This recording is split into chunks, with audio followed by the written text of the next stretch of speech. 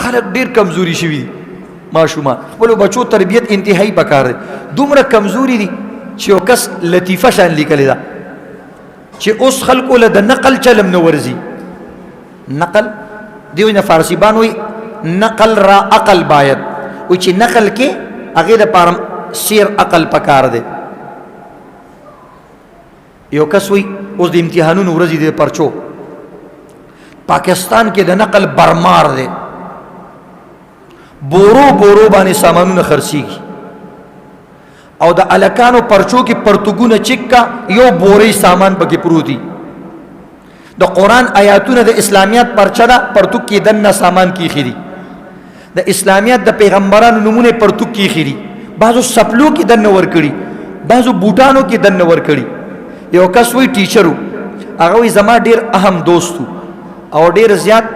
زړه ته نږدې دوستو د هغه د زوی یا د رور پرچه وه ما ته وایي چې زما په دې رور باندې انتهایی خیال ساته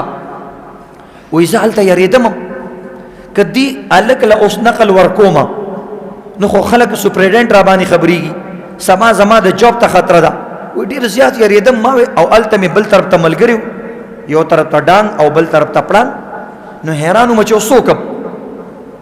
هلته نقل ورکول هم راته ضروري ښکاره کېدل هغه ته ضروري ښکاره کېدل جرم دی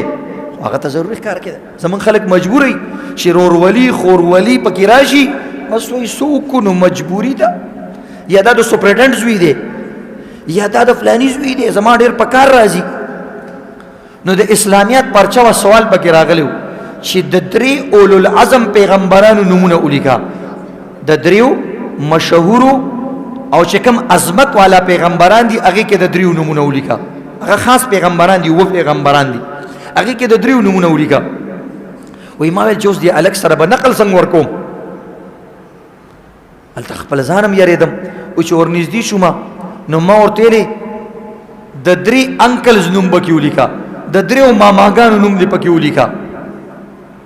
د ده د ماماګانو نوم ابراهیم موسی او عیسی او د سوال جواب هم دا وایي ما ورته ویل د خپلو هغه دریو ماماګانو نوم پکې ولیکه وایي چې کله پرچه وکړله او پرچه ماله راله نو وایي زه حیران شومه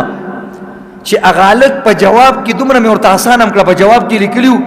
ګډو چاچا ټونی چاچا اور چیکو چاچا ګډو انکل چیکو انکل ټونی انکل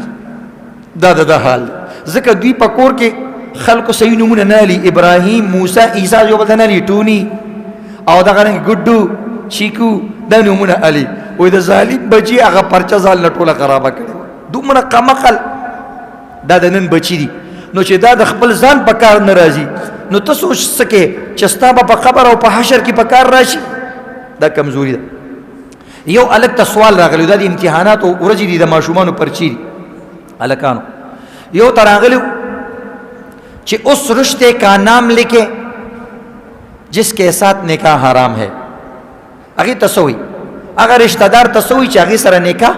حرامي نو هغې ته وایي محرم څه ورته وایي محرم ده پکې څه لیکلي مجرم